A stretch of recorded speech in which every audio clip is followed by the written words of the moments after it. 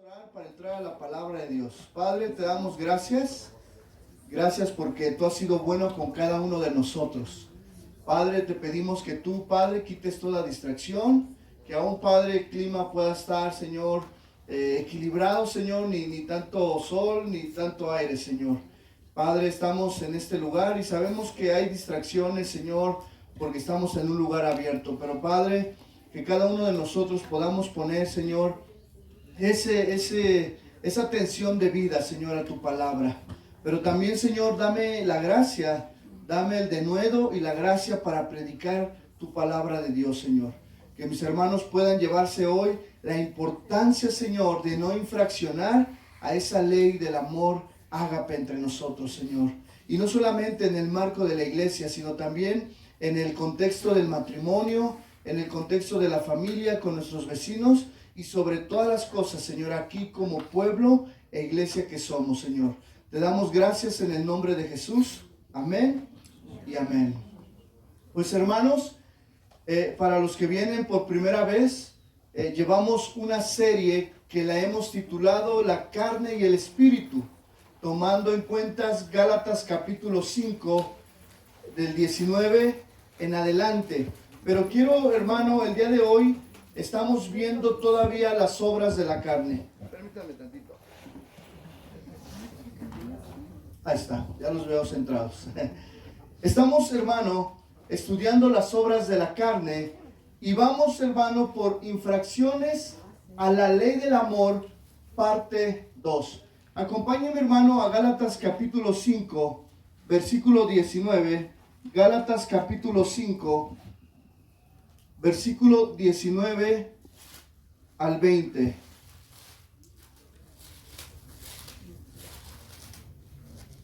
Me dice amén cuando lo tenga. Ok, dice la palabra de Dios. Sígame ahí con su vista o en la pantalla. Y dice, y manifiestas son las obras de la carne, que son adulterio, fornicación, inmundicia, lascivia. Voy a hacer una pausa. Ya vimos esos pecados y los encerramos en pecados de inmoralidad sexual. Luego dice, versículo 20, idolatría, hechicerías. Ya también fue toda una sección para ver lo que es la idolatría y la hechicería. Y luego, hermano, empezamos una lista de 8 pecados que los hemos encerrado en infracciones a la ley del amor. Di conmigo, infracciones a la ley del amor. Muy bien. Y dice la palabra de Dios, enemistades, pleitos, celos, iras, contiendas, disensiones, herejías. Nadie diga amén, nadie se va a conmigo. Ok, estas 8, hermano, 8 obras de la carne, estas 8 obras de la carne, hermano, están consideradas como una infracción. Todos conocemos lo que es una infracción. ¿Qué es una infracción a las leyes de tránsito? Cuando te pasas, ¿qué? El alto. Cuando violas, muy bien, cuando violentamos, hermano, haciendo un acto o una actitud, hermano, que nos lleva a violentar, a infraccionar cualquier ley de tránsito, ley ciudadana, en el trabajo, laborales, ¿verdad? Se incluye ahí la parte del trabajo en leyes laborales. Pero también, hermano, dentro de la iglesia, me gustó cómo un comentarista encerraba estas 8 infracciones y les decía infracción a la ley del amor. Pero aquí amor es ágape, di conmigo ágape. Es el amor sacrificial, el amor que el Padre nos ha dado a cada uno de nosotros, los que hemos nacido de nuevo. Ahora, el amor ágape no lo puede mostrar un inconverso. El inconverso va a mostrar amor ágape hasta que pueda nacer de nuevo. Entiéndase nacer de nuevo, no físicamente, porque dirá uno, pastor, ¿cómo voy a nacer de nuevo si ya soy grande? No he visto en ningún lado algo así. Ok, nacer de nuevo significa de manera que espiritual. A lo mejor los que llevamos años ya reconocemos. Es decir, poner tu fe en Cristo, reconocerlo como único y suficiente Salvador y arrepentirnos, hermano, de nuestra manera equivocada de caminar. Eso es nacer de nuevo. Eso es poner nuestra fe. Ok, fíjense, hermano. Yo no les di las primeras cuatro obras de infracción a la ley del amor, las dio el hermano Fer. Pero me es necesario, hermano, enseñarlas o más bien repetir el significado para poder entender las otras cuatro. Porque las infracciones a la ley del amor te llevan de lo menor a lo mayor. Es decir, fíjense, la primera es odio. Di conmigo odio. El odio se le conoce como la hostilidad que uno puede albergar en su corazón hacia otra persona. Y empieza con el efecto de me cae mal, me hizo algo, no lo puedo perdonar. Y eso te lleva al odio, a esa hostilidad que uno alberga en su corazón hacia otra persona. Ok, usted dirá, ¿podrá un cristiano tener odio en su corazón? Sí. Ok, no debe, diga conmigo, no debemos, pero sí lo hacemos. Entonces ya se dio cuenta que las obras de la carne no solamente lo tienen los inconversos, sino todos somos propensos a tener obras de la carne. Ok, el odio, hermano, te lleva a la contienda. Di conmigo contienda. Ok. ¿Qué es la contienda? Pues la contienda ya es la lucha, la riña que resulta de tal hostilidad en el odio. Es decir, tú odias a una persona y te lleva a ser grosero. Le das la espalda, le contestas mal. Es más, si te cae tan mal o te hace algo, llegas a tener una lucha, una riña. Hermano, ¿habrán cristianos con odio y con contiendas? Sí. ¿Habrán matrimonios? Me voy a ir al contexto del matrimonio. ¿Habrán matrimonios que se odian? Ay, a muchos sí, así como que quisieron voltear a ver a su esposa, pero el Señor les habló. Sí, hermano. ¿Habrá contiendas entre esposos? Sí. Bueno, la pregunta ¿es normal en un cristiano? No. El que digo sí, pues, le gusta andar en la carne. O sea, de que cometemos eso, lo cometemos. Pero ¿debe de ser normal? No, hermanos. ¿Debe ser normal que yo esté peleado con John? Y él muy dirigente de alabanza, y yo muy predicador, pero en el fondo nos odiamos. No te metas conmigo, John, ¿eh? Y yo ni tú, y John todavía me hace así. Pues, órale. Ok, a la salida, dice mi hermana. ¿Ah? No te voy a decir por allá, ¿eh? Ok, nos da risa, pero es una verdad. Fíjense, hermano, ¿ya se dieron cuenta que el problema de muchos matrimonios, de muchas familias, de muchas iglesias, es que seguimos caminando en la carne? ¿Cuándo vamos a madurar? ¿Cuándo vamos a crecer? Bueno, esta serie es para crecer, para madurar, para darnos cuenta de una realidad, y cuando empecemos a estudiar lo que es el fruto del Espíritu, las virtudes de ese fruto del Espíritu, podamos nosotros decir, Señor, ayúdame a cambiar. Ok, ¿qué tal celos? Di conmigo celos. Los celos es la envidia que lanza miradas de mala gana hacia las personas. Puede haber celo por su casa, celos entre los matrimonios, celo entre los hijos. Si ya le compraste unos tenis a uno y el otro no tiene y le dieron celos. Celos ministeriales en donde, pues es que el pastor ya lo subió a la alabanza, el pastor ya lo puso en Ujieres y a mí me tiene sentado. Puede haber celos. Ahora, los celos te llevan a la envidia. A ver, pastor, ¿celos y envidia no es lo mismo? No, porque celos todavía es nada más como mirada, como el sentimiento que lo tienes aquí. Pero la envidia en el griego, o la envidia en la palabra de Dios, es cuando llegas a acciones hostiles. ¿Qué son acciones hostiles? Es decir, cuando ese celo te lleva a hacerle un mal al que le tiene celo.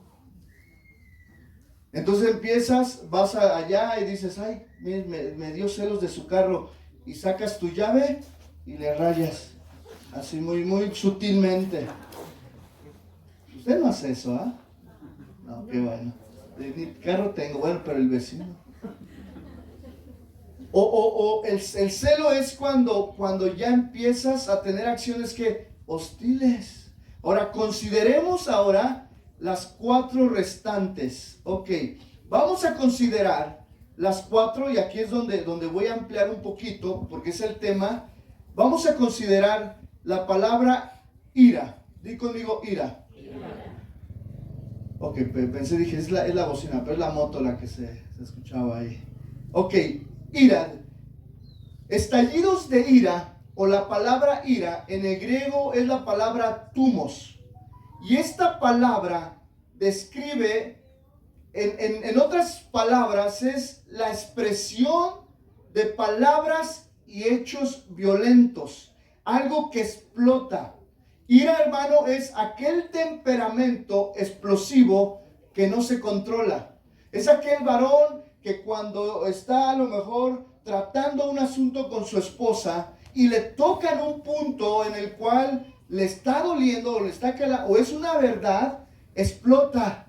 Agarra y a lo mejor tira la puerta o le da un golpe a la mesa o grita. Nadie, ¿verdad? Nadie es aquí. No estoy hablando de nadie, por eso digo, no estoy hablando. Eso, hermano, es la ira. Ahora, hermano, el temperamento explosivo es algo en el cual muchos debemos de trabajar. Yo mismo, hermano, yo también, hermano, sin Cristo, tenía un temperamento explosivo. ¿Eres de esos de mecha corta? Ya entiende usted, ¿verdad? Lo que es mecha corta. Entonces, fíjense, hermano, no debe de confundirse esto. Porque usted me preguntará, pastor, ¿me puedo enojar, me puedo molestar con mi cónyuge, con mis hijos, entre hermanos? Sí, porque hay una indignación justa que es apropiada ante situaciones. ¿Pueden los matrimonios enojarse? Claro que sí. Ok, usted dirá, ¿cómo, pastor? Entonces, ¿la ira y el enojo son diferentes? Sí. El enojo o la indignación justa la podemos ver, un ejemplo, con el mismo Señor. Romanos capítulo 2, versículos hasta el 12. Y vamos a ver cómo Dios, hermano, se indigna o se enoja con su creación. Para los que dicen que Dios no se enoja, no, Dios sí se indigna, pero Dios controla, no deja ir su ira. Ok, vamos a ver. Romanos capítulo 2 del 4 al 12. Ok, estoy hablando de un ejemplo de una indignación justa con el ejemplo de nuestro Señor. Ok, versículo 4. ¿O menospreciáis las riquezas de su benignidad, paciencia y longanimidad, ignorando que su benignidad te guía al arrepentimiento? Pero por tu dureza y por tu corazón no arrepentido, atesoras para ti mismo ira. Di conmigo, ira. Para el día de la ira. Pregunta, hermano, ¿quién desatará su ira? Dios, no el enemigo, es Dios. Ahí vemos una indignación justa de Dios. Ok, dice, el cual pagará a cada uno conforme a sus obras. Vida eterna a los que perseverando en bien hacer buscan gloria, honra e inmortalidad. Ok, ¿nosotros qué vamos a cosechar? ¿Ira o vida eterna?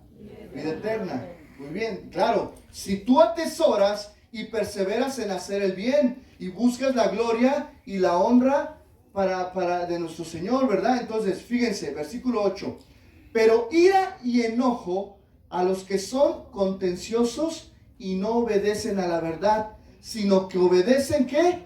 A la injusticia. Ok, en efecto, hermano, nosotros no vamos a pasar la ira o el enojo de Dios. ¿Cuántos dicen amén? Amén. Pero la prédica no es del enojo ni la ira de Dios, sino aquí vemos un ejemplo claro de una indignación justa de Dios hacia la creación que no obedeció.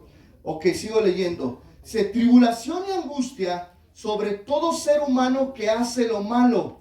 El judío primeramente, es decir, el pueblo judío, aunque era el pueblo de Dios, si no se arrepiente, no se salvará.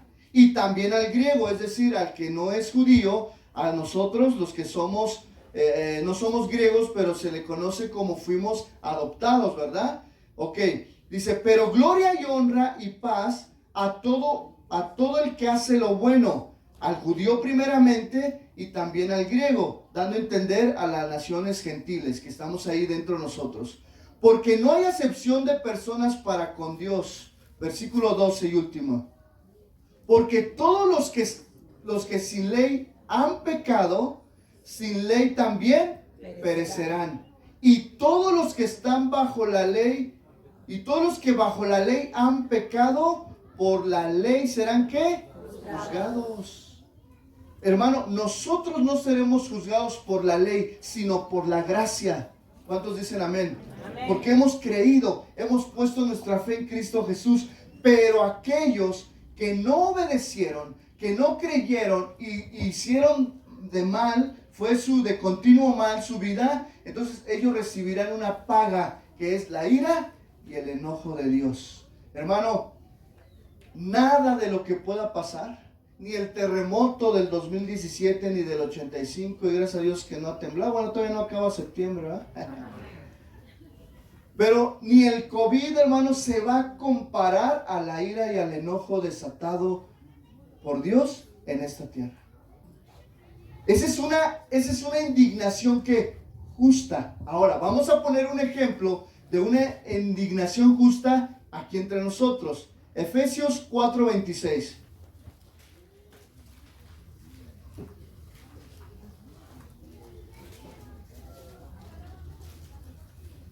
Efesios 4:26 y 27. Todos juntos, vamos a dar lectura. 1, 2, 26 y 27. 1, 2, 3. Airaos, pero no pequéis. No se ponga el sol sobre vuestro enojo, ni deis lugar al diablo. Ay, mire, fíjense. La Biblia no nos dice, no nos marca, no nos dice que debemos evitar sentir enojo. ¿Cuántos se enojan aquí? Hay unos más que otros, todos nos enojamos. Unos son más enojones, hay que ser francos, unos son más enojones que otros. Pero todos nos enojamos, ¿verdad? Ok, la Biblia, hermano, no nos dice que no debamos de sentir esa emoción. No, claro que la sentimos. Entre cónyuges nos podemos enojar, sí. Es inevitable muchas veces situaciones que nos hagan que enojar.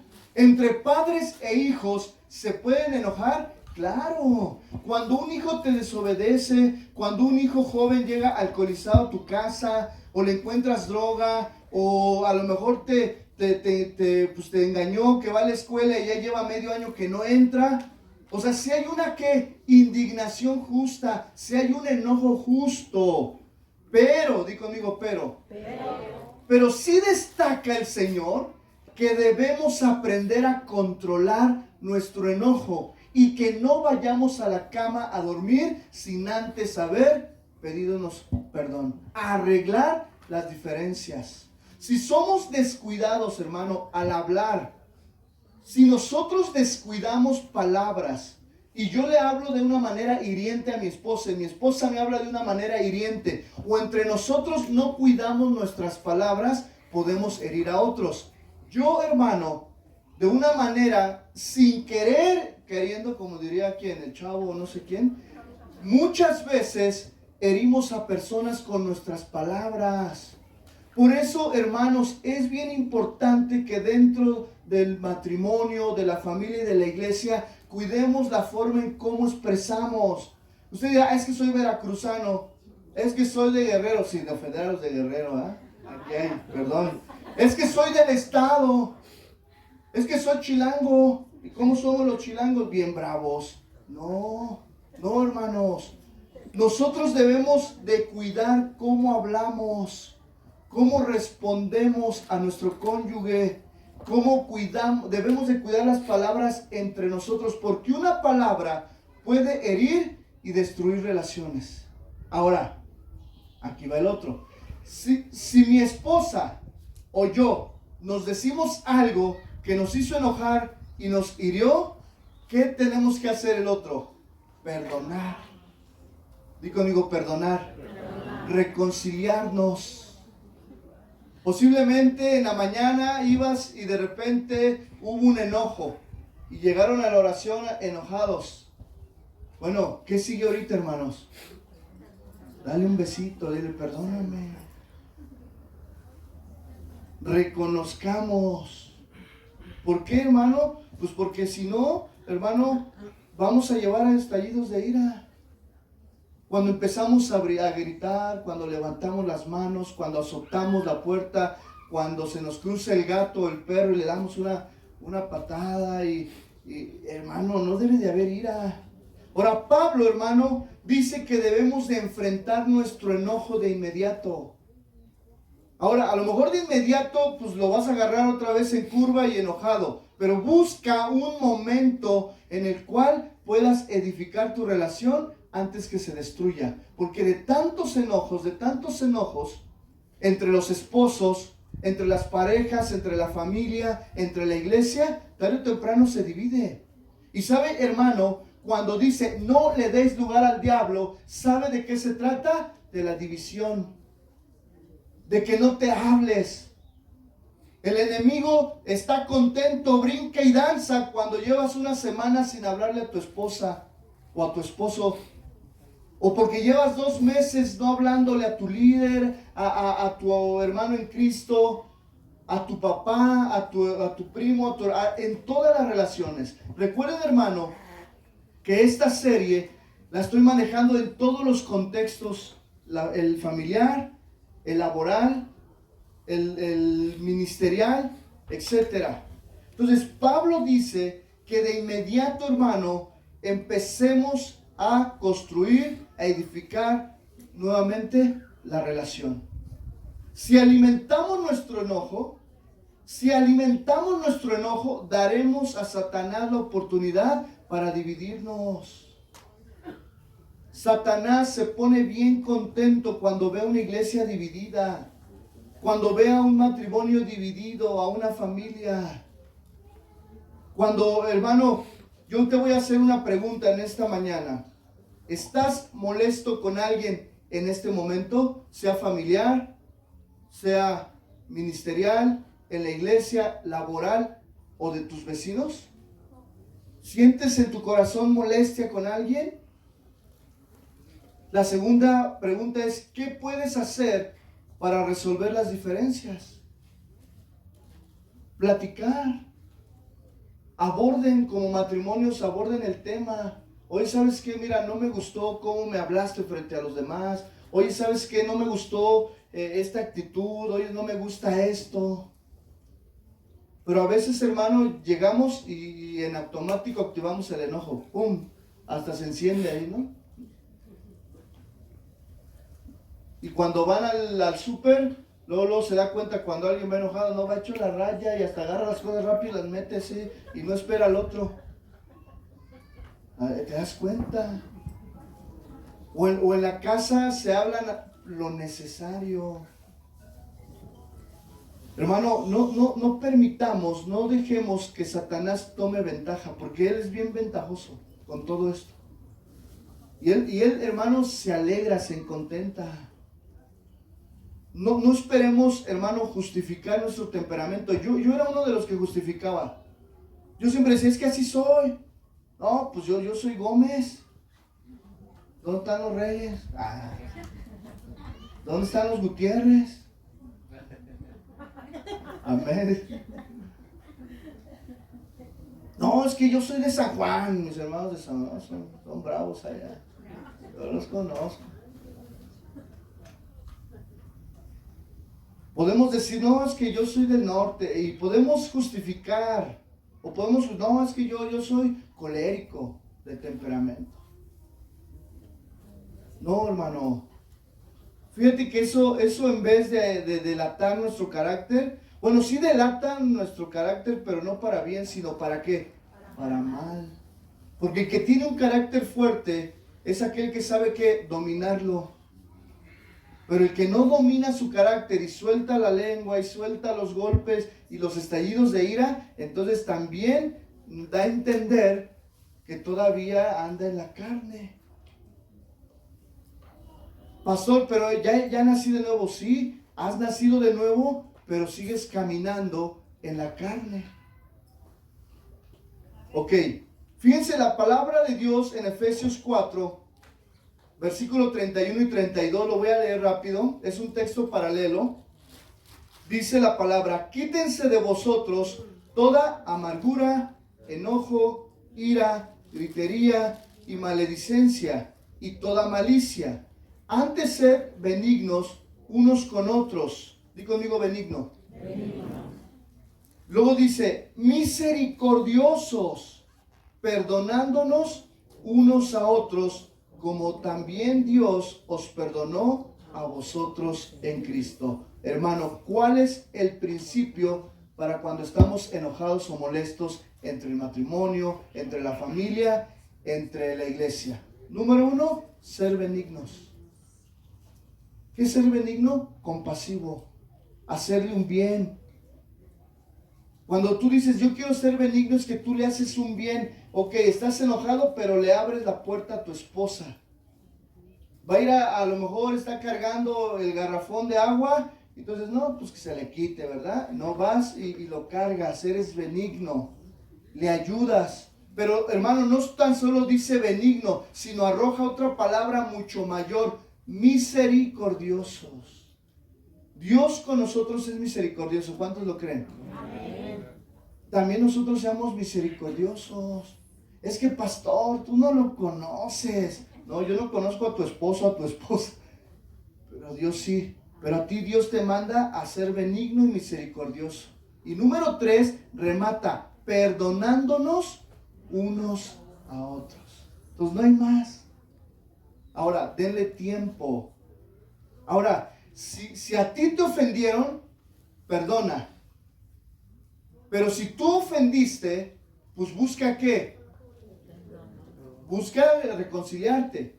Y si la persona a lo mejor en ese momento sigue indignada, pues a lo mejor con justa razón, dale tiempo. No te pongas a, pues yo fui, ahora y hasta le cantas, ¿verdad? Y todo para que, ahí estás. Que te entendió. Dándole la carne, mis hermanos. Pero fíjense, a veces nos ponemos igual que el mundo. Y hasta cantamos ahí las canciones de, ay, eso me recuerda a mi relación.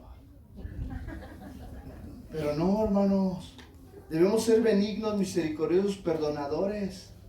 Otro versículo, Colosenses 3, versículos del 8 al 11. Ve lo que dice Colosenses, lo voy a leer porque son textos paralelos. Nuestro texto base está en Gálatas. Pero ahora dejad también vosotros todas estas cosas. Otra vez vuelve a decir, Colosenses 3:8, ira, enojo, malicia, blasfemia, palabras deshonestas de vuestra boca, no mintáis los unos a los otros, habiéndoos despojado del viejo hombre con sus hechos, y revestidos del nuevo, el cual conforme a la imagen del que lo creó, se va renovando hasta el conocimiento pleno, donde no hay griego ni judío, circuncisión, ni incircuncisión, bárbaro, ni excita, siervo, ni libre, sino que Cristo es el todo y en todos. ¿Cuántos dicen amén? Ok, muy bien. Ok, termino esta obra de la carne. Entonces, hermano, quitemos la ira, quitemos los estallidos de ira. Si tú eres de temperamento fuerte, es decir, de mecha corta, de que te enojas muy fácil y tiendes a expresar primeramente palabras hirientes a tu cónyuge, a los vecinos, a los que sean. Si eres de los que manoteas, le pegas a la puerta, azotas la puerta, tú sabes todo lo que hace alguien que tiene ira, ¿verdad? Entonces dile al Señor, Señor, ayúdame a controlar esto, quítalo de mí, porque he nacido de nuevo. Ahora en Cristo soy nueva criatura y bajo tu gracia yo me esforzaré. ¿Cuántos dicen amén? Amén. Ok, vamos a ver la obra número 2.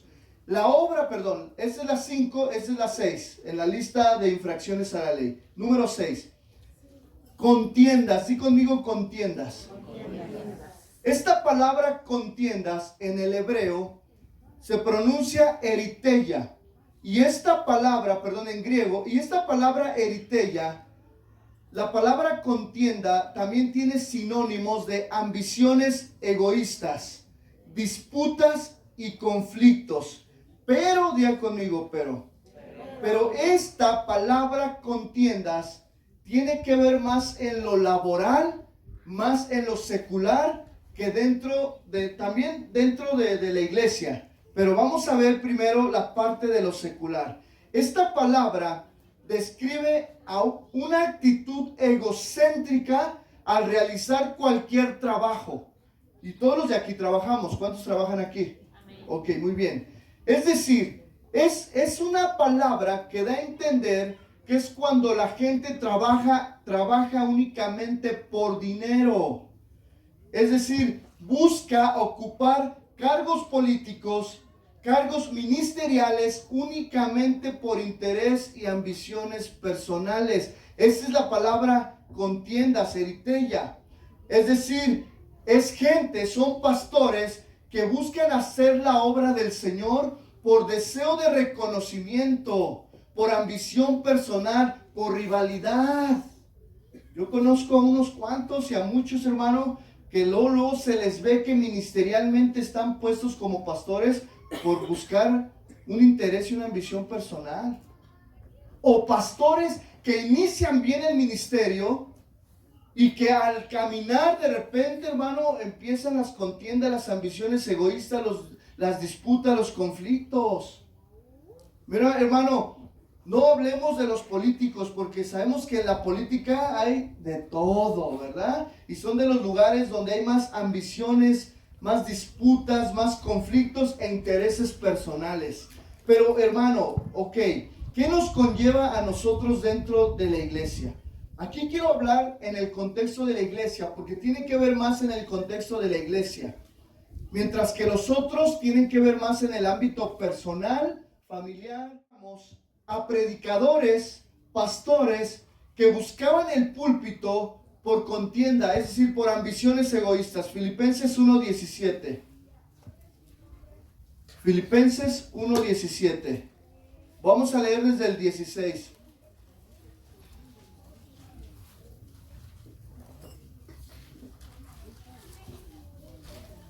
¿Ya lo tiene?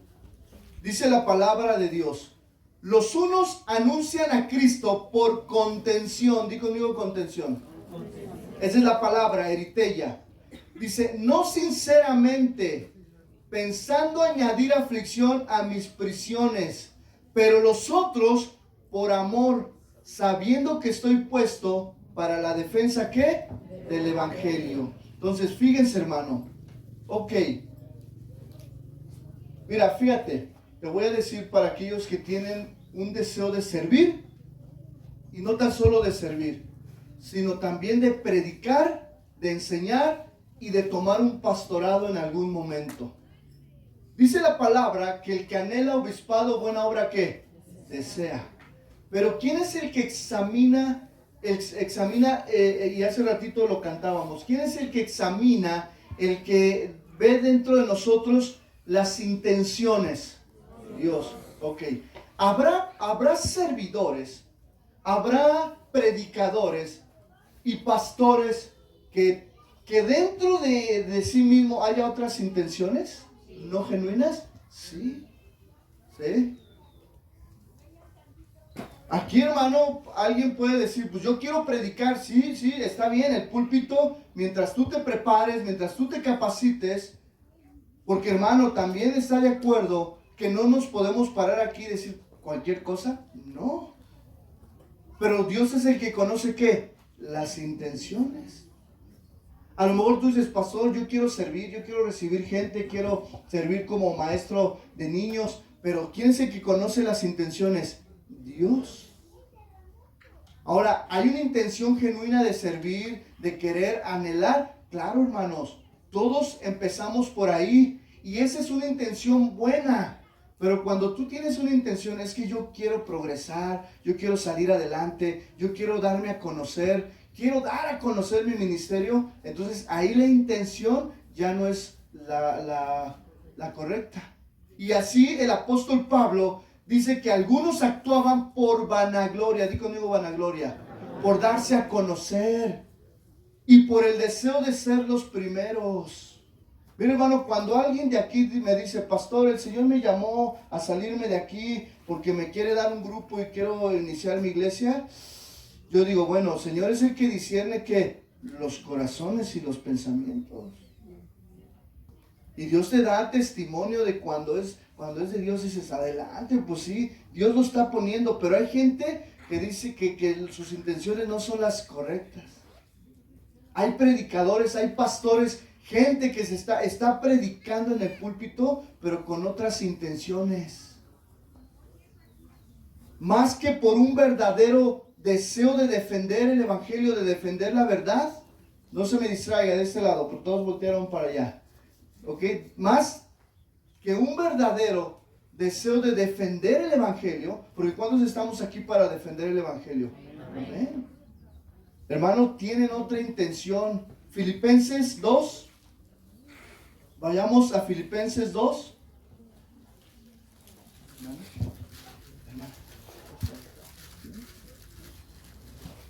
Échese airecito, hermano, porque desde aquí veo que el sol los está durmiendo, ¿ah?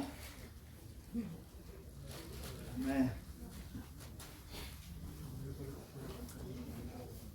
Filipenses 2, capítulos 3, 4 y 5.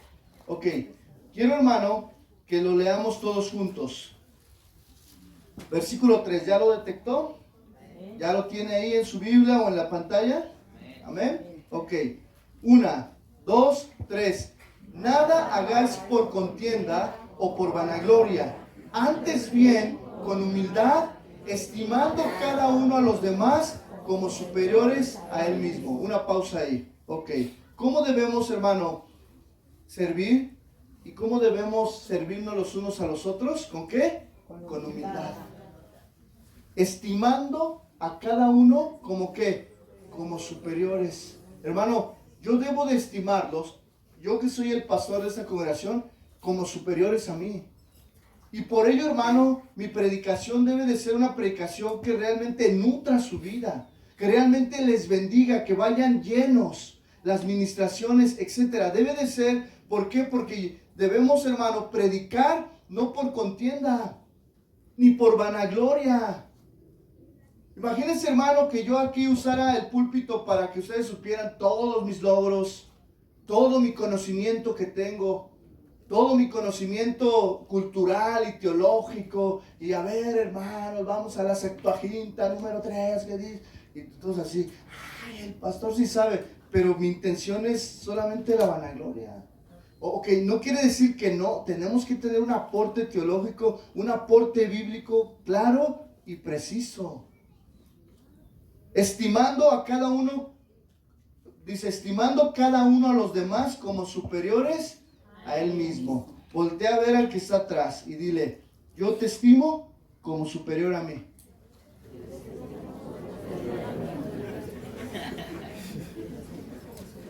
Pero muchos dijeron, yo lo sabía. Otros dijeron, yo también, hermano, es mutuo. Amén, ¿verdad? Nadie dice así, ¿verdad? Ok, versículo 4 y 5. No mirando cada uno por lo suyo propio, sino cada cual también por lo de los otros. Mire, tengo que decir algo. Esa es una exhortación. ¿Cuántos están listos para la siguiente faena? Ya se dio cuenta que ya creció. ¿Saben? La faena pasada me fui bien regañado por las hermanas. Pero le voy a decir por qué. Porque muchos no tuvieron una actitud adecuada cuando se abrió la mesa de la comida. Cada quien buscó lo suyo propio, agarrando 3, 4 piezas, guisados, refrescos y todo. Pero hermano, fue de todos. Ahí es cuando me doy cuenta que como iglesia todavía estamos en un proceso de madurez, de crecimiento. Ahora, no nos juzguemos los unos a los otros. Mejor que no busquemos que lo suyo propio. Ya después las hermanas me dijeron, pastor, para la siguiente faena nosotros vamos a servir una ración justa, se van a formar y todo así. En el modo, toda la semana me regañaron. Porque yo fui el que dije, hermanos, vénganse a comer, ya se abrió. Y otros seguían trabajando y los que al final llegaron ya no alcanzaron. Todos le hacen, sí, cierto, pues tú fuiste, hermano. Tú fuiste el que te llevaste 4 pies de pollo cuando nos tocaba de a una. Bueno, ok. Dice, no mirando cada uno que por lo suyo propio, sino cada cual también por lo de los otros. Mira, hermano, hubo gente que no comió y que se dio su plato. Y cuando yo vi a ellos dije, ese ya tiene una madurez más grande. No, es que esta es mi silla. Sí, ya la bauticé. Este es mi cable, este es mi micrófono. ¿En alabanza no pasa? Bueno, pero... Hermano, cuando nosotros, hermano, no buscamos nuestro propio beneficio y todos tenemos una actitud de dar, de ceder, hermano, entonces cambia. Dice, no mirando cada uno por lo suyo propio, sino cada cual también por lo de los otros. Entonces, hermano, hoy puse el ejemplo de la faena. Los que no vinieron, pues bueno, vengan, ¿verdad? A la faena, porque se necesitan manos. Y fíjense, y los que vinieron, no se sientan mal. Mejor vamos, sí, cierto, pastor, tiene razón. Ya me acordé que me agarré como 3 piezas. Mejor, hermanas, gracias, me van a ayudar en la siguiente ración de arrocito, sopita, guisadito y la pieza de pollo. ¿A poco no? Y las hermanas, y todos formaditos así como, yo iba a decir como en la cárcel, no, como en el ejército.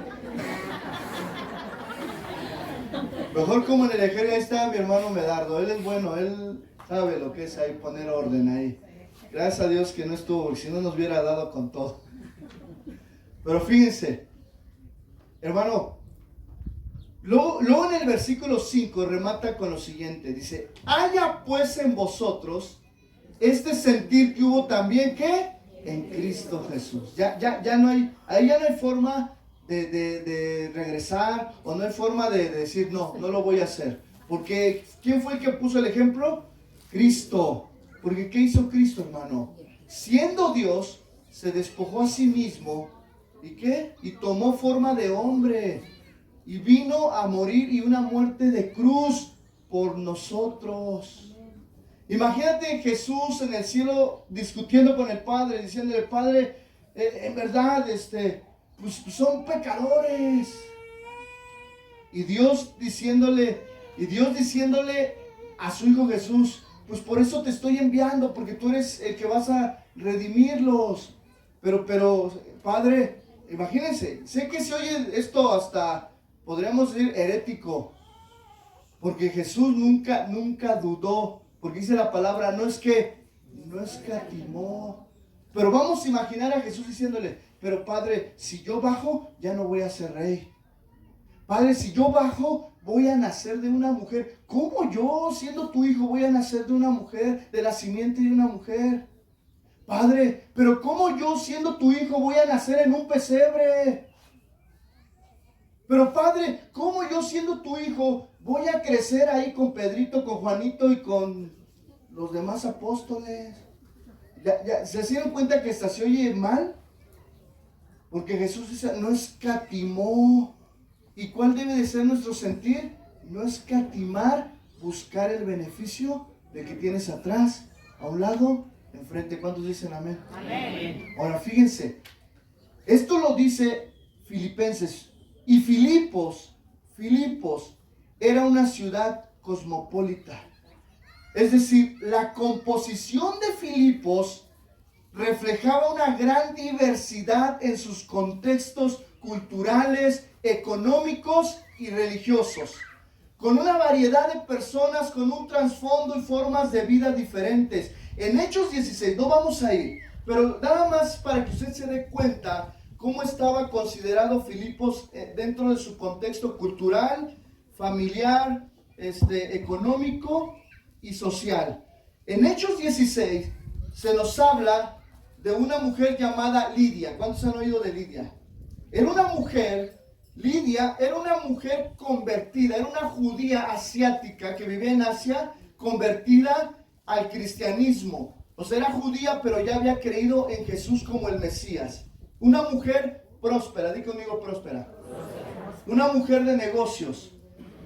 Es muy parecido al contexto que tenemos aquí, hermanos. Fíjense, esta mujer Lidia, ella era de Filipos, pero esta mujer había llevado a su esclava a la iglesia. Era una muchacha que aparece también ahí en Hechos.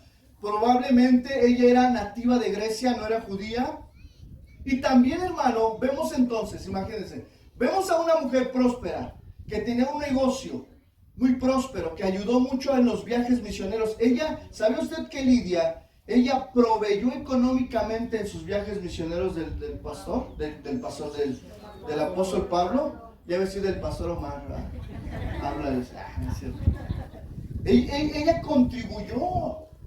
Ella muchas veces pagó viáticos, gastó, porque era una mujer próspera. Pero ahí mismo, en la misma iglesia, sentada estaba su muchacha, la sirviente, una muchachita griega que a lo mejor no hablaba mucho porque pues se entiende que a lo mejor ella era una esclava. Y ahí mismo también se encontraba un carcelero romano que había creído el evangelio. Entonces imagínate, judíos con dinero, griegos que van al día, con cierta economía que va al día, y romanos, hermano, que eran contrarios a los judíos, nacidos de nuevo. ¿Cómo se llevarían? ¿Se han preguntado? Con tantos trasfondos, diferentes contextos, Lidia trataría a su esclava en la iglesia como la trataría en su casa, diciéndole, hija, ve a hacer esto, hija. O a lo mejor ahí respetaría que estaba en la iglesia. Hermano, aunque en Filipos no se nos habla de que hubiera una desunión, una división, o había entre ellos problemas como en Corintios, el apóstol Pablo trata ese tema muy oportuno por la condición en la cual vivían todos ellos. Hermano, aquí podemos saber gente de todo tipo. Gente como yo y mi familia que vamos al día. Que si tú me preguntas, pastor, aquí esta es la tarjeta, le eché lo último. ¿Trae dinero ahorita? No, porque lo último lo echamos de gasolina. Y gente que vamos al día. Claro, hoy a través de ustedes llega mi salario. Pero a lo mejor acá habrá gente que en su cuenta de banco tenga 30,000, 50,000 y ahí lo tenga en reserva, y no es malo. O habrá gente, hermano, que diga, yo soy un político reconocido y estoy aquí, y habrá gente que a lo mejor va al día. La pregunta es, hermano, ¿cómo nos estamos tratando? El que tiene está menospreciando al que no tiene, el que no tiene está envidiando al que tiene, el que va al día se queja, y el que va a lo mejor tiene un salario bien y todo. Entonces ahí nos damos cuenta, hermano, que hay trasfondos diferentes, culturales, económicos en la iglesia. Mire, hermano, si a lo mejor viviéramos en satélite todos, o en Tula, y fuéramos refineros, todos fuéramos electricistas de CFE, allá, pues a lo mejor diría, ay, aquí todos nuestros carrazos, ¿no? Pero el hecho de que alguien sea próspero, pues qué bueno, nos debemos de gozar con aquellos que prosperan, pero posiblemente alguien venga al día. Alguien a lo mejor diga, pastor, no tengo ni para comer esta semana. Y todavía tú rematas y le das 3 piezas al pollo y todavía te llevas itacate para tu hijo que se quedó. No, espérame, hermano. Mi hermano, no regaño, Pablo nos anima a estar alertas ante el egoísmo, ante el prejuicio y el celo que nos puede llevar a una disensión. Debemos mostrar un interés genuino entre nosotros. Si tú, hermano, ves que de repente hay una familia la cual está aislada y de repente están aquí en la fila, compraron sus taquitos y de repente ves a la familia, acércate, hermano, ya comieron y si no te dice nada, hermano, yo le invito. Hermano, pida unos tacos. ¿Por qué? Porque debemos, hermano, mostrar un interés genuino. O si llevas dos, mira, hermano, aunque no era tu intención, pero si lo dices, mira, hermano, te traje unos taquitos, tómalos. Pero no dice, no, esto es mío, que se forme. Además que ni alcanza, ¿no? A veces sobra, a veces me dicen los de cocina, se acabó. Llego yo y denme, ya no hay, pastor. Bueno, está bien. Pero hermano, Jesucristo tuvo una actitud de humildad. Jesucristo, hermano, negó sus derechos a fin de obedecer a Dios. Y tú y yo no podemos negarnos ni tantito. ¿Por qué? Ay, no, es que es mi derecho. No podemos decir, a ver, voy a negarme esto para el beneficio de mis hermanos. Ahora voy a ponerle en el contexto de la familia. Aún dentro de la familia hay esposos o hay esposas que dicen, es que es mi derecho, sí es tu derecho, pero también tiene el mismo sentir que tuvo Cristo, con humildad, con sinceridad. Hermano, recuerde que nosotros no podemos elegir dónde nos lleve el Señor. Ese es el Señor nos elige, pero sí podemos elegir cuál es mi actitud a donde Dios me ponga. Diga conmigo, yo sí puedo elegir mi actitud ante cualquier situación. Amén. Y bueno, con esto acabo la palabra, hermano, esta palabra que estábamos estudiando, que es contiendas. Nos llevamos ahorita en el estudio, voy a volver a repetir para ir cerrando con las últimas. Odio, contiendas, celos, envidias, estallidos de ira. Perdón, contiendas, ya la dije, ¿verdad? Vamos por la octava. La octava tiene que ver con disensiones. Entonces, contiendas y disensiones, ¿será lo mismo? Bueno, vamos a ver cuál es la diferencia. Fíjense, disensiones tiene en el griego la palabra dichostasia. Y esta palabra significa literalmente estar apartado. Di conmigo, estar apartado. Entonces, disensiones literales, estar apartado. Ok, esta palabra disensiones describe una condición donde toda la comunión y toda la unión que debe de tener un esposo con su esposa, una familia, una iglesia, ha desaparecido. Ya desapareció totalmente. ¿Conoce familias que ya no son unidas? Cada quien en su lado. ¿Conoce matrimonios que solo viven por los hijos, pero cada quien en su lado? ¿Conoce iglesias en donde se ha perdido la unidad y la comunión unos con otros? Sí. Y todos, di conmigo todos estamos en riesgo. Esta iglesia no está exenta a que se pierda la comunión y la unión. Muchas veces dices, a mí me ha tocado, fíjense, yo una vez fui a una iglesia donde yo nací, era una iglesia bien unida, era una iglesia donde se sentía el amor fraternal, y ahora que voy, se siente diferente, se siente seca. Fíjense, hermano, una característica de esta iglesia buena, y que me lo han dicho, es la siguiente. Fíjense, pastor, cuando todos llegamos a casa de oración por primera vez, es una iglesia que acoge, es una iglesia que desde la entrada te recibe con los brazos abiertos. Yo me sentí bien, amén, ¿verdad? Lo confirman mis hermanos. Pero ¿sabe dónde se podría romper un poco la unidad?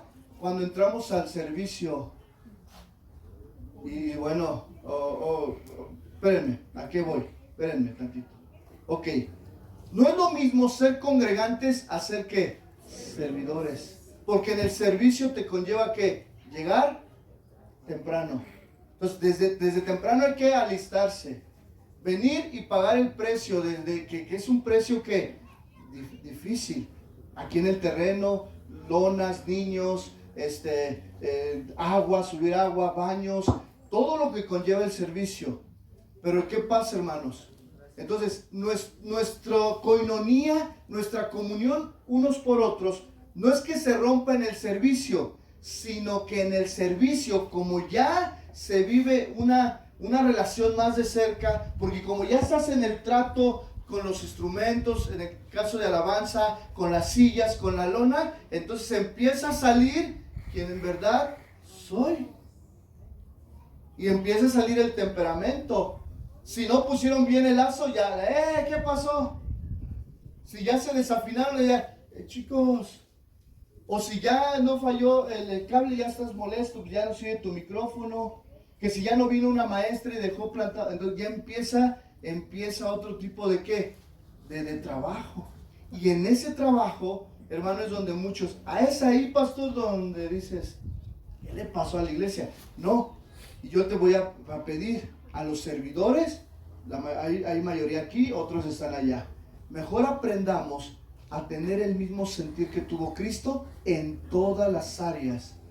Y a los que vienen por primera vez, que se sienten acogidos, cuando entren al servicio, pues sean pacientes, porque ahí van a ver cada falla, cada error, cada limitación que tenemos como iglesia. Mira, hermano, yo recuerdo cuando llegaban al salón donde trajeados los sugieres, entonces, ¡ay, el orden, qué bonito! Y es algo que se reconoce.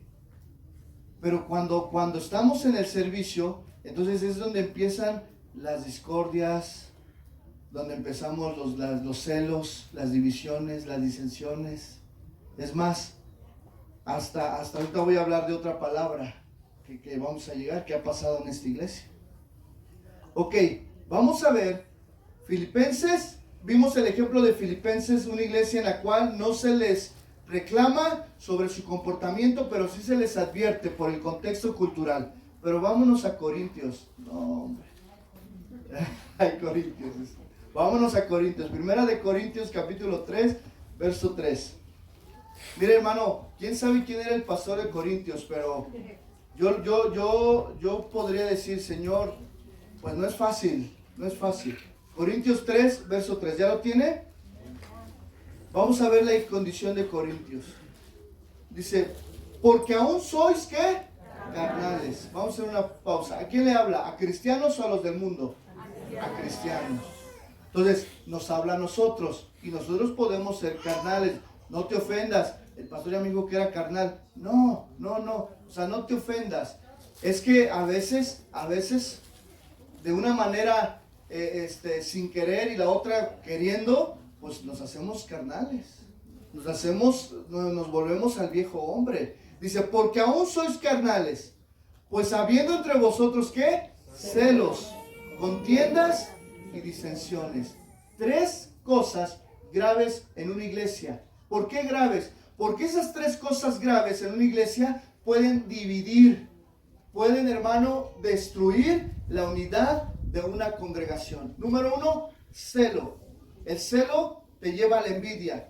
La contienda te lleva a ¿qué? A la disensión. Cuando hay contiendas, bueno, nos enojamos, nos contentamos. Pero cuando ya hay disensiones, es decir, una familia ya no se habla y ya se apartan, entonces ahí ya ¿qué? Ya hay un problema. Y quiero decirles, hermano, que en esta iglesia eventualmente somos carnales.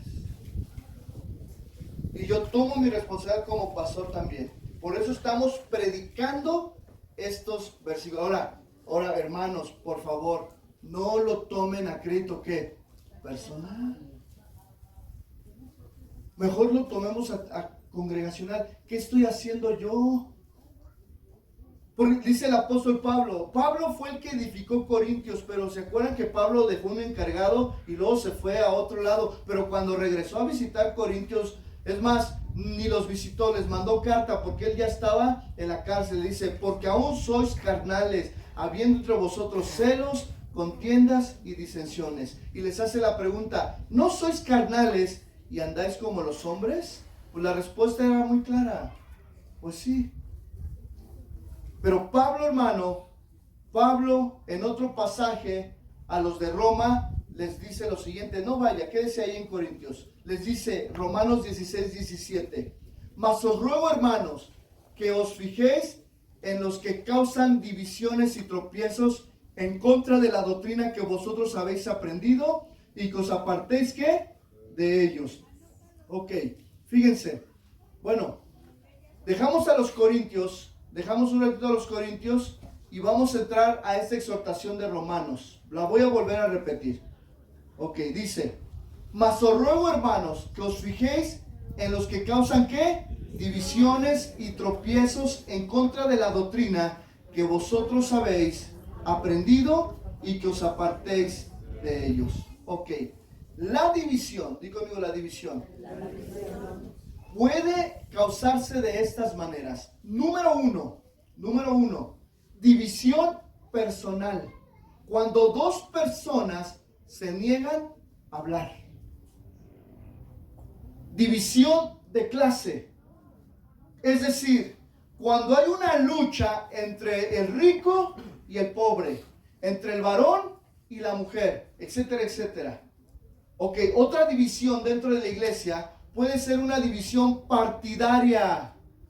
Bueno, hoy México está polarizado, ¿verdad? Entre los que son de este gobierno que está gobernando y los que odian a este gobierno, ¿verdad? Entre fifis y qué, y Cairo, ¿verdad? Esas expresiones que ya hasta nos ha dividido, nos ha polarizado. Pero dentro de la iglesia puede llegar donde la devoción al partido político, la devoción al equipo de fútbol o al movimiento está por encima de los principios bíblicos. Yo espero que aquí no nos dividamos los que son del verde y del otro, del, ¿cómo se llama? Del morado o del amarillo. Mire, hermano, la iglesia no puede hacer ¿qué? Proselitismo, ¿está de acuerdo? Pero también aquí se respeta a los que tienen un partido y los que le van a otro partido, pero entre nosotros no debe de haber ¿qué? División.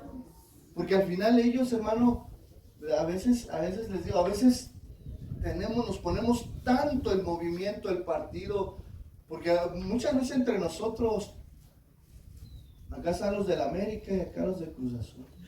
Dice el no, hermano. Mira, hermano, que yo he podido tener grandes amigos. Yo tengo mi preferencia, tanto en equipo de fútbol como en partido político.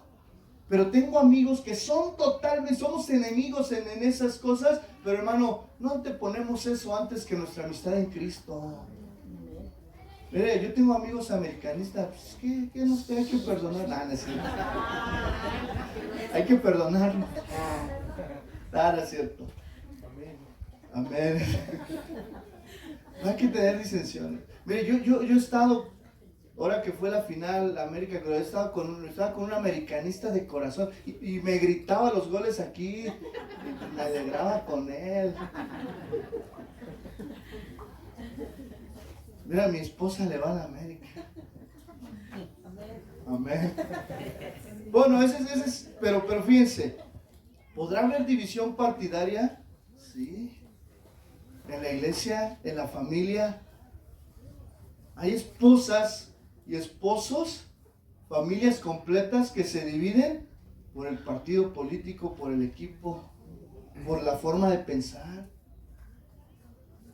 También, hermano, la división puede ser racial. Por ejemplo, en tiempos bíblicos, judíos contra gentiles. ¿Sabía, hermano, que el apóstol Pablo exhortó a los judíos para que amaran a los gentiles y los gentiles amaran a los judíos? Exhortó para que los judíos no quisieran judaizar a los gentiles y los gentiles tuvieran el cuidado de lo que comieran frente al judío. Entonces, hermano, ya se dio cuenta que las disensiones, los celos, las contiendas no solamente es de casa de oración.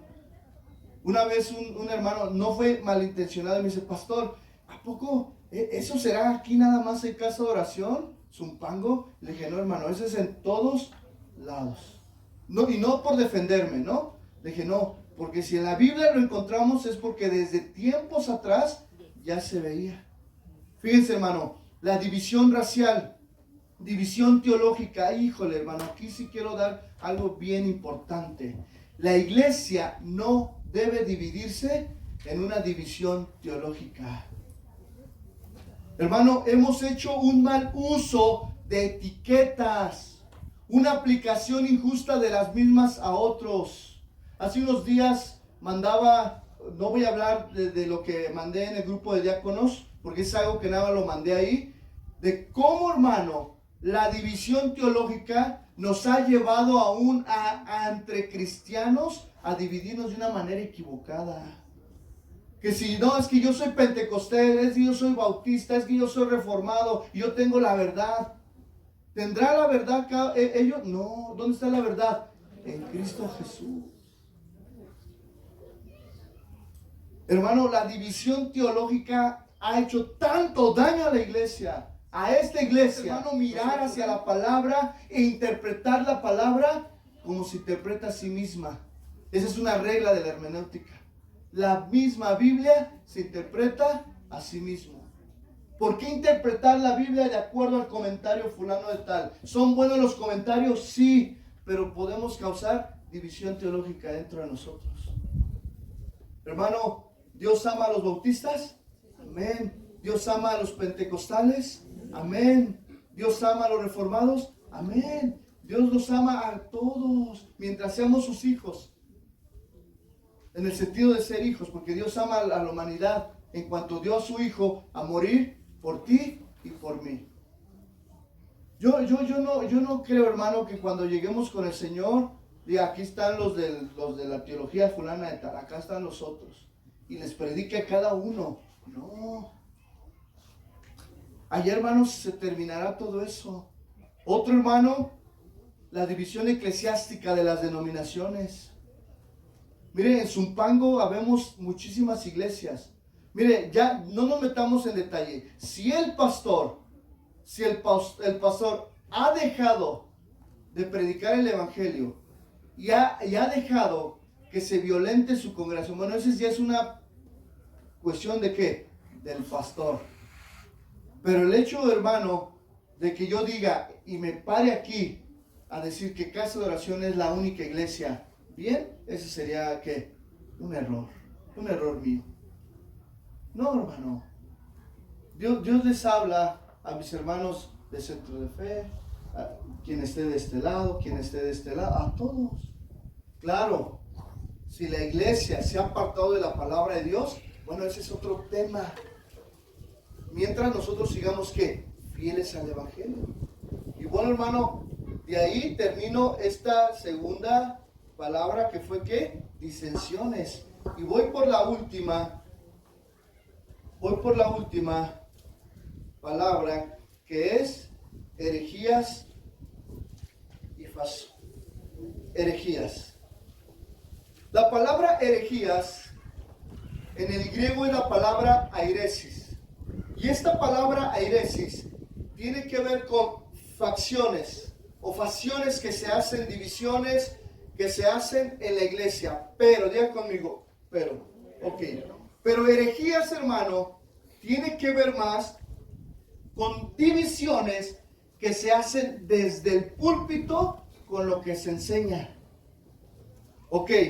Esta palabra herejías en tiempos antiguos era muy usada como para hablar de la secta de los saduceos, para hablar sobre otro tipo de sectas que se estaban levantando y que había gente que empezaba desde el púlpito a comunicar ese tipo de enseñanzas. Ahora, nosotros ya no vivimos en el tiempo de la secta de los saduceos, ni tampoco vivimos en el tiempo de la secta de los fariseos y de los demás movimientos que se levantaron en el tiempo de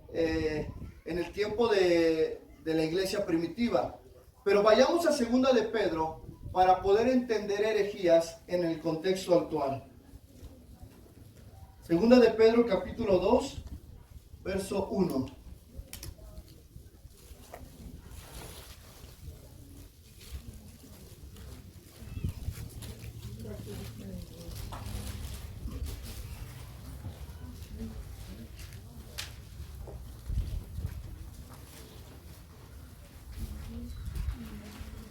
¿Ya lo tiene?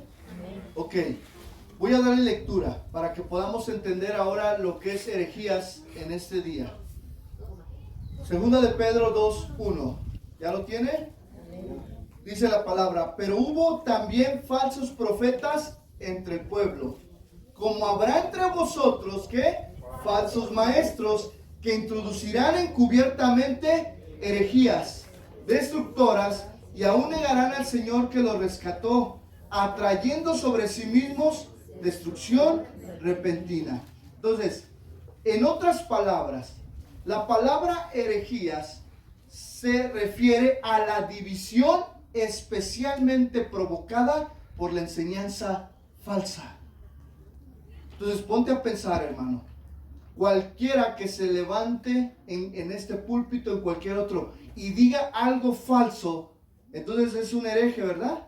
En el sentido de que está dando, ¿qué? Una enseñanza falsa. Entonces, de ahí viene que muchas de la iglesia de hoy se ha dividido a través de las herejías de estos falsos maestros. Esta palabra en tiempos bíblicos, hermano, llegó solamente a referirse a sectas, pero hoy en día herejía significa una creencia o doctrina que es contraria a la ortodoxa o a la verdad bíblica, para que usted me entienda. Es decir, herejía es doctrina, enseñanza que no corresponde a la verdadera palabra de Dios. La pregunta es, ¿hoy en día habrá predicadores que enseñen otra cosa? Sí. Un montón. Miren, no nos vayamos, vamos unos 50 años atrás. El evangelio de la prosperidad. ¿Es herético? Sí. Porque te lleva a ¿qué? A ver todo monetariamente.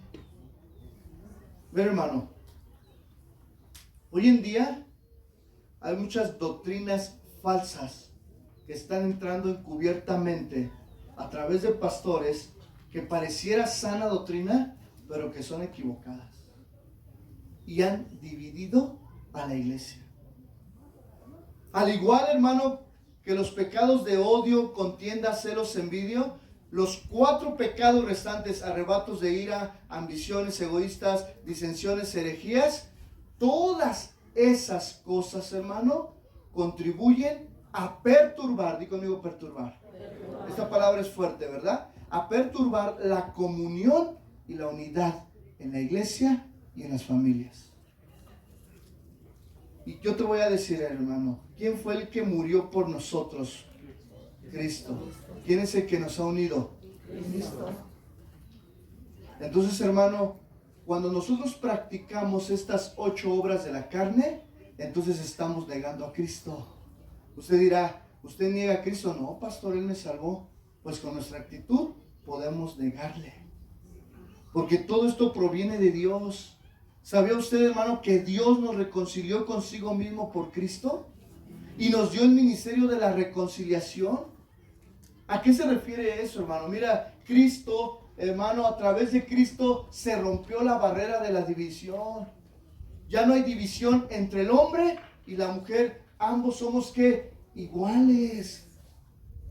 Ya no hay, hermano, esclavo ni libre, ¿verdad? O amo. O sea, ya no hay esas divisiones. Pero fíjense, hermano, el ministerio de la reconciliación no solamente se quedó con Cristo, sino nos lo ha dado a nosotros para poder reconciliarnos entre nosotros. Es muy duro, hermano.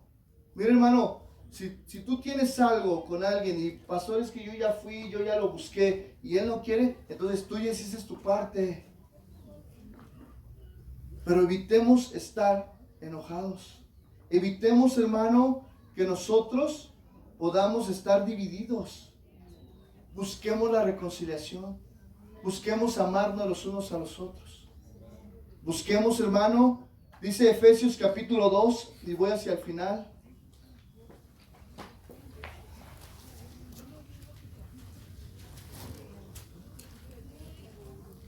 Efesios capítulo 2, versículo del 13 al 16, ve lo que dice: pero ahora en Cristo Jesús, vosotros que en otro tiempo estabais lejos, habéis sido hechos cercanos por la sangre de Cristo, porque Él es nuestra paz, que que de ambos pueblos hizo ¿qué? Uno, derribando la pared intermedia de separación. Y ve, hermano, conmigo 15:16. 1, 2, 3. Aboliendo